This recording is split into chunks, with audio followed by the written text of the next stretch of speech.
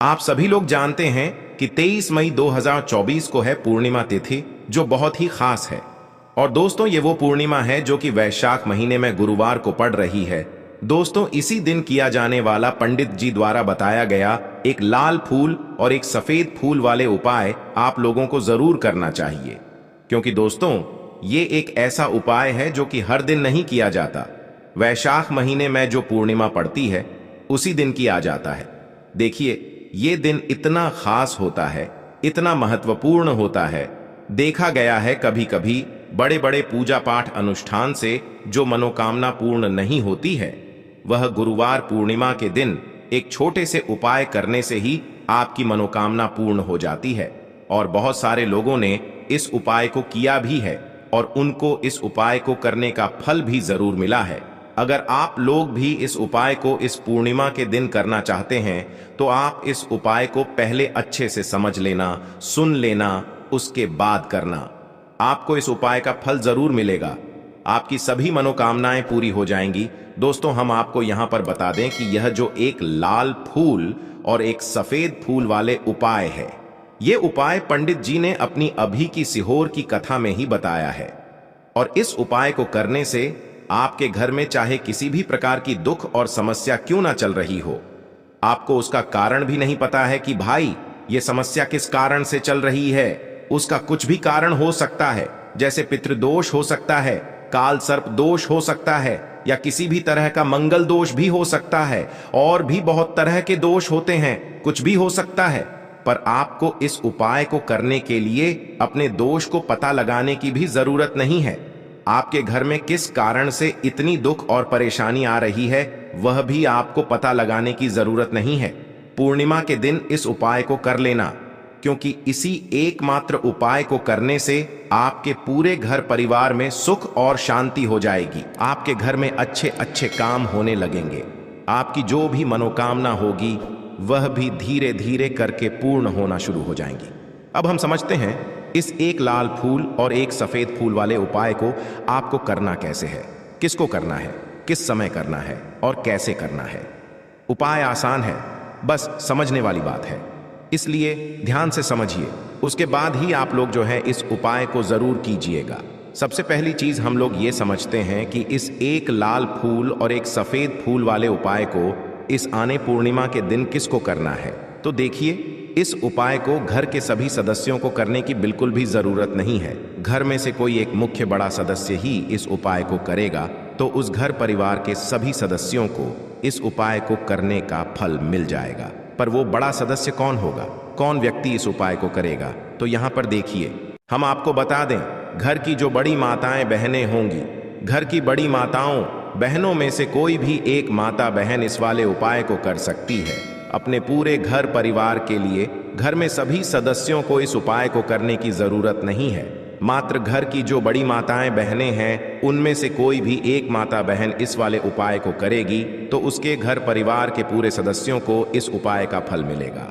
अगर किसी कारणवश माताएं बहनें घर में उपस्थित ना हो या वो इस उपाय को ना कर रही हो, कुछ दिक्कत हो, तो भाई उस जगह पर फिर घर का कोई बड़ा व्यक्ति भी इस उपाय को कर सकता है। माताओं बहनों के कहने का मतलब ये था कि माताएं बहनें घर की लक्ष्मी होती है।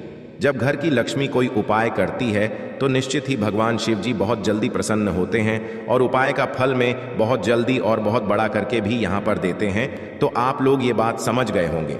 अब हम ये बात समझते हैं कि इस वाले उपाय को हमें करना किस समय है। एक लाल फूल और एक सफेद फूल वाले उपाय को हमें पूर्णिमा के दिन करना है किस समय। तो देखिए, इस उपाय को करने का जो समय है वो सुबह का समय है और शाम का समय भी है। अब देखिए, यहाँ पर हम मुख्य रूप से सुबह का समय नहीं बोलेंगे, क्योंकि देखिए, ये जो पूर्णिमा है और आप सभी लोग जानते हैं पूर्णिमा के दिन का प्रदोष काल का मतलब शाम का जो समय होता है ना, इस दिन भगवान शिव जी का सबसे प्रिय दिन होता है। तो आप लोग इस एक लाल फूल एक सफेद फूल वाले उपाय को सुबह के समय भी कर सकते हो और शाम के समय प्रदोष काल में भी कर सकते हो। सुबह के समय अगर कर रहे हो तो 10 या फिर 11 बजे तक भी अगर उपाय करोगे तो भी आपको उपाय का फल मिलेगा। वही अगर शाम के समय कर रहे हो तो इस दिन जरूर शाम के समय का ध्यान रखना कि शाम के 6 बजे से लेकर 7 बजे के बीच में अगर आप इस उपाय को कर सकते हो तो बिल्कुल कर लेना, पूरी कोशिश करना। पर अगर किसी कारणवश इस समय के बीच में ना कर पाओ तो रात 8 बजे तक भी अगर आप उपाय को करोगे तो आपको उपाय का फल जरूर मिलेगा। ये बात आपको समझ आ गई कि आप इस उपाय को सुबह और शाम दोनों समय कर सकते हो। मतलब करना आपको एक ही समय है, घर में से किसी एक ही बड़े व्यक्ति को करना है, पर एक ही बार इस उपाय को करना है, दोनों समय नहीं करना है। आपको जो समय अच्छा लगे आप उस समय पर इस वाले उपाय को कर सकते हैं। अब सबसे महत्वपूर्ण बात आती है कि इस उपाय को हमें करना किस लिए है। जैसा कि हमने अभी आपसे बोला कि इस उपाय को करने के बाद आपके जीवन में बहुत सारी खुशियां आएंगी, आपकी मनोकामनाएं पूर्ण होंगी, आपकी धन की समस्या दूर होगी, आपकी पैसों की समस्या दूर होगी। अब देखिए, अगर आप लोग सोच रहे हो कि भाई हमें घर बनाना है पर घर बनाने के लिए पैसा नहीं है, हमें गाड़ी लेना है पर गाड़ी लेने के लिए पैसा नहीं है, हमें ज़मीन लेना है पर ज़मीन लेने के लिए पैसों की कमी पड़ रही है, अगर ऐसी ही दिक्कत, परेशानी या किसी भी तरह की धन से जुड़ी हुई समस्या या पैसों से जुड़ी हुई समस्या अगर आपके जीवन में चल रही है तो निश्चित ही यह पूर्णिमा आपके जीवन में बहुत सारे फल ला कर दे सकता है। इसीलिए अगर आपके घर में बहुत ज्यादा दिक्कत, समस्या, परेशानी चल रही है, धन से जुड़ी हुई, पैसों से जुड़ी हुई धन की बहुत ज्यादा कमी आ रही है, पैसों की बिल्कुल आवक नहीं हो रही है, तो भाई आप लोगों को इस वाले उपाय को जरूर करना चाहिए, घर में से किसी एक भी बड़े व्यक्ति को। अब इस उपाय में करना क्या है वो सबसे पहले हम लोग जान लेते हैं। उपाय की सामग्री हम लोग सबसे पहले जानते हैं कि इस उपाय में किस किस चीज की आवश्यकता पड़ेगी। तो देखिए, उपाय का नाम तो एक लाल फूल और एक सफेद फूल वाला उपाय है, पर इस उपाय में कुल मिलाकर 4 सामग्री हमें लगने वाली है, जो कि पंडित जी ने खुद सीहोर वाली कथा में बताया है।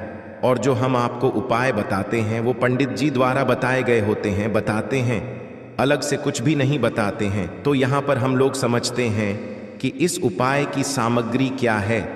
तो देखो, उपाय की जो सामग्री है वो 4 सामग्री है, जिसमें से सबसे पहली सामग्री है एक बेल पत्र। क्या एक बेल पत्र क्या होती है? बेल पत्र जो शिव की शिवलिंग पर चढ़ती है। दूसरी चीज है एक शमी पत्र। शमी पत्र वो जो शिवलिंग पर ही चढ़ता है। तीसरी चीज है दोस्तों एक लाल फूल, जो उपाय का नाम है। तो एक यहाँ पर आपको लाल फूल लेना है। अब ये लाल फूल कौन सा लेना है? देखो, शिवलिंग के ऊपर जो लाल फूल चढ़ता हो उनमें से कोई भी एक लाल फूल पसंद कर लेना और वो कहीं से तोड़कर या कहीं से खरीद कर लेकर आना और उस लाल फूल को उपाय में प्रयोग में लेना। उसके बाद में एक सफेद फूल का विशेष रूप से ध्यान रखना। जो सफेद फूल शिवलिंग पर चढ़ता हो सिर्फ वही सफेद फूल लेकर आना, इसके अलावा कुछ मत लेकर आना। तो एक मात्रा में ही आपको ये चारों सामग्री चाहिए, एक बेलपत्र, एक शमी पत्र, एक लाल फूल और एक सफेद फूल। ये चारों सामग्री आप लोग तैयार करके रख लेना।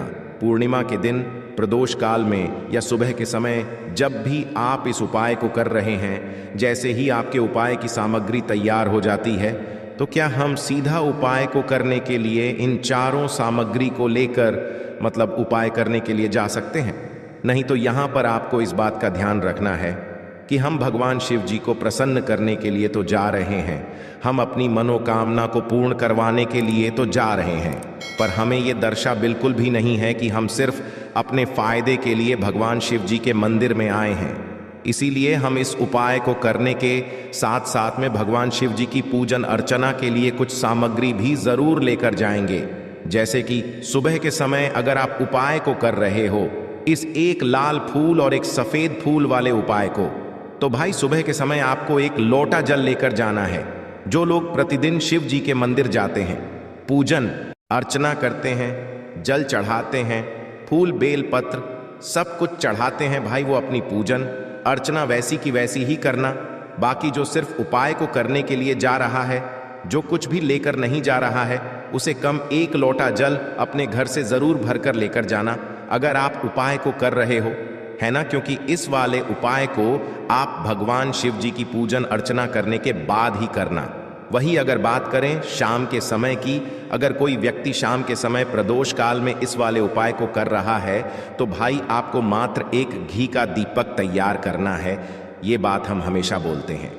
शाम के समय प्रदोष काल में कोई कर रहे हो ना तो दीपक का विशेष महत्व होता है। और पूर्णिमा के दिन का प्रदोष काल में जो भी व्यक्ति दीपक जलाता है ना भगवान शिव जी के मंदिर में, भाई उसके जीवन से सारी दुख और परेशानियां भी दूर होती हैं। तो भाई इस दिन दीपक का विशेष रूप से ध्यान रखना आप लोग, अगर आप इस उपाय को शाम के समय प्रदोष काल में कर रहे हो, है ना। ये जो दीपक आप लोग लोगे, ये आटे का लोगे। जो आटा आप गूंद दोगे उसके अंदर कुछ भी मत डालना, मात्र सादा आटा लगाकर उसे तैयार कर लेना और एक मीडियम साइज का दीपक तैयार कर लेना। वो दीपक ना ज्यादा छोटा हो ना ज्यादा बड़ा हो, है ना। उसके बाद में दीपक आपका तैयार हो जाए तो इसके अंदर जो बत्ती रखोगे वो गोल बत्ती रखोगे। देखो गोल बत्ती भी दो तरह की होगी, एक बाजार की और एक घर वाली। तो कोशिश करना अपने घर में जो रुई रखी हुई है उस रुई से आप लोग एक गोल बत्ती अपने ही हाथों से बनाओ। उपाय का फल अच्छा मिलता है, भगवान शिव जी जल्दी प्रसन्न होते हैं। जब हम किसी भी उपाय को अपने हाथों से परिश्रम करके तैयार करते हैं तो आपको उस दीपक के अंदर एक गोल बत्ती रख देनी है। इसके अंदर जो चीज आप लोग डालोगे वो डालोगे शुद्ध देसी गाय का घी। इस बात का विशेष रूप से ध्यान रखना, शुद्ध देसी गाय का घी ही डालना है, तेल वगैरह नहीं। आज के दिन तो मतलब इस दिन मत डालना, पूर्णिमा के दिन, क्योंकि भगवान शिव जी का सबसे प्रिय दिन और प्रिय समय पर हम लोग इस वाले उपाय को कर रहे हैं। तो थोड़ा सा शुद्ध देसी गाय का घी इतना डालना कि वो दीपक कुछ समय तक चल सके। ना बाजार वाला मिलावटी घी डालना, ना भैंस का घी डालना, शुद्ध देसी गाय का घी। आपको ढूंढने में थोड़ी मतलब मेहनत लगेगी और महंगा भी मिलेगा, पर इसी मतलब घी से भगवान शिव जी प्रसन्न होते हैं और उसी शुद्ध देशी गाय की घी से घर में बरकत भी बनी रहती है और हमारे घर में सुख शांति भी बनी रहती है। इसलिए इस शुद्ध देशी गाय का की घी को अपने घर में हमेशा रखा करो। वो भगवान शश जी के कार्यों में भी उपयोग में आता है और उपायों में भी हम लोग प्रयोग कर सकते हैं। तो यहाँ पर आपकी सारी तैयारियां हो चुकी हैं। उपाय को करते समय शुद्धता का विशेष रूप से ध्यान रखिएगा। सुबह कर रहे हो तो भाई सुबह तो आपको स्नान करना ही करना है, बाकी शाम को कर रहे हो तो शाम को मात्र हाथ मुंह धोकर भी आप लोग इस वाले उपाय को कर सकते हो। कोई दिक्कत वाली बात नहीं है भाई। उपाय की पूरी सामग्री तैयार करके और पूजन सामग्री लेकर आपको भगवान शिव जी के मंदिर पहुंचना है, जो आपके घर के पास में हो, जहां पर शिवलिंग विराजित हो, शिवालय हो, वहां पर आप लोगों को पहुंचना है। और जैसे ही आप भगवान शिव जी के मंदिर में पहुंचते हो, वहां जाकर ही उपाय शुरू नहीं करना है। पहले आपको भगवान शिव जी की पूजन अर्चना करना है। पूजन अर्चना कैसे करोगे? सुबह के समय गए हो तो एक लोटा जल वगैरह जो भी पूजन सामग्री लेकर गए हो, उससे पहले पूजन सामग्री आप लोग मतलब पूजन भगवान शिव जी की कर लो। जो व्यक्ति सिर्फ एक लोटा जल लेकर गए हैं वो शिव जी की शिवलिंग पर मात्र एक लोटा जल एक धारा से धीरे धीरे करके चढ़ा लो, है ना। अपनी पूजन अर्चना आप लोग जो है पूरी कर लो पहले। उसी के बाद अगर आप शाम के समय कर रहे हो तो पहले जाकर बैठना है। भगवान शिव जी के शिवलिंग के पास में आप जो दीपक तैयार करके लेकर आए हो उस दीपक को पहले जलाना है। ये जो दीपक आप लोग जलाओगे ना, ये किसी और की माचिस से मत जलाना, अपनी ही माचिस अपने ही घर से लेकर आना और इस दीपक को अपने ही माचिस से जलाना। अगर आपने मंदिर की माचिस या किसी और की माचिस ले ली, इस उपाय को करने में इस उपाय का फल उस व्यक्ति को भी थोड़ा बहुत मिल जाएगा। इस बात का ध्यान रखना। अपने घर से अपनी ही माचिस लेकर जाना और इस दीपक को जलाना। दीपक को जलाने के बाद भगवान शिव जी की शिवलिंग के पास में रख देना। शिवलिंग के इतना पास में मत रखना कि भगवान शिव जी को आंच लगे, थोड़ी सी दूरी बनाकर ही जो है इस दीपक को शिवलिंग के पास में आप लोग रख दीजिएगा। अब जैसे ही आपकी पूजन अर्चना हो जाती है, भगवान शिव जी के शिवलिंग के सामने या आसपास कहीं पर भी बैठ जाइए उपाय को करने के लिए। और उपाय को करने से पहले आप लोग अपनी वह चारों पूजन सामग्री निकाल लीजिए। उपाय की जो सामग्री है वो निकाल लीजिए और भगवान शिव जी के शिवलिंग के ऊपर एक माता अशोक सुंदर जी का स्थान देख लीजिए। माता अशोक सुंदर जी का जो स्थान होता है वो जलाधारी के ऊपर होता है, जलाधारी के बिल्कुल बीचों बीच में होता है। आप लोगों ने देखा भी होगा शिवलिंग की जलाधारी होती है, जलाधारी के बिल्कुल बीचों बीच का जो स्थान होगा वो माता अशोक सुंदर जी का स्थान होगा, क्योंकि यहीं पर हमें ये जो है उपाय को करना है। सबसे पहली चीज, अब हम उपाय को करना शुरू करते हैं। आप सबसे पहले अपनी एक बेलपत्र उठा लो। एक बेलपत्र को आपको माता अशोक सुंदरी जी वाले स्थान पर सबसे पहले समर्पित करना है। बेलपत्र की डंडी का मुख होगा जलाधारी की तरफ, जहां से जल बहता है और नीचे गिरता है, और बीच वाली बड़ी पत्ती का मुख मतलब शिवलिंग की तरफ होगा। इस तरीके से आपको इस बेलपत्र को माता अशोक सुंदरी जी वाले स्थान पर समर्पित कर देना है। उसके बाद में अपनी एक शमी पत्र उठा लो जो आप उपाय के लिए लेकर आए हुए हो। शमी पत्र को उठाकर शमी पत्र की भी जो डंडी का भाग होगा वो जलाधारी की तरफ करके, जहां से जल बहता है नीचे गिरता है उस तरफ करके, और पत्ती वाला भाग शिवलिंग की तरफ करके इस शमी पत्र को भी उस बेल पत्र के ऊपर आपको समर्पित कर देना है। समर्पित करने के बाद अब आप ले लो अपना एक लाल फूल जो आप उपाय को करने के लिए लेकर आए हुए हो। इस लाल फूल का जो खिला हुआ भाग होगा, चाहे वो गुलाब का फूल हो, चाहे कोई सा फूल जो शिवलिंग पर चढ़ता हो भाई, उस फूल का जो खिला हुआ भाग होगा वो शिवलिंग की तरफ होगा। बाकी जो पीछे का भाग होगा फूल का वो जलाधारी की तरफ, जहां से जल बहता है नीचे गिरता है उस तरफ होगा। और आखिरी में आपका जो एक सफेद फूल बचा हुआ है ना, इस सफेद फूल को भी आपको लेना है, और सफेद फूल का जो खिला हुआ भाग होगा वो शिवलिंग की तरफ होगा, जहां पर शिवलिंग रखा हुआ है उस तरफ होगा, और डंडी का भाग जलाधारी के पीछे की तरफ हो जाएगा, मतलब जो जहां से जल बहता है और नीचे गिरता है। जब आप लोग एक बेलपत्र, एक शमी पत्र और एक लाल फूल, एक सफेद फूल चढ़ा रहे हो, तो उस समय आप लोगों को कांता भगवान या कांता चक्र का नाम लेते हुए ही जो है इस उपाय को करना है, और भगवान शिव जी और नारायण जी का स्मरण करते हुए ही जो है इस उपाय को आपको करना है। तो जब भी आप एक बेलपत्र, एक शमी पत्र, एक लाल फूल और एक सफेद फूल चढ़ा रहे हो, तो या तो आप कांता चक्र का नाम ले लेना या कांता भगवान का नाम लेते हुए जो है इन सभी सामग्रियों को माता अशोक सुंदरी जी वाले स्थान पर आप लोग समर्पित करते जाना, और शिव और नारायण जी का नाम भी साथ साथ में लेते जाना।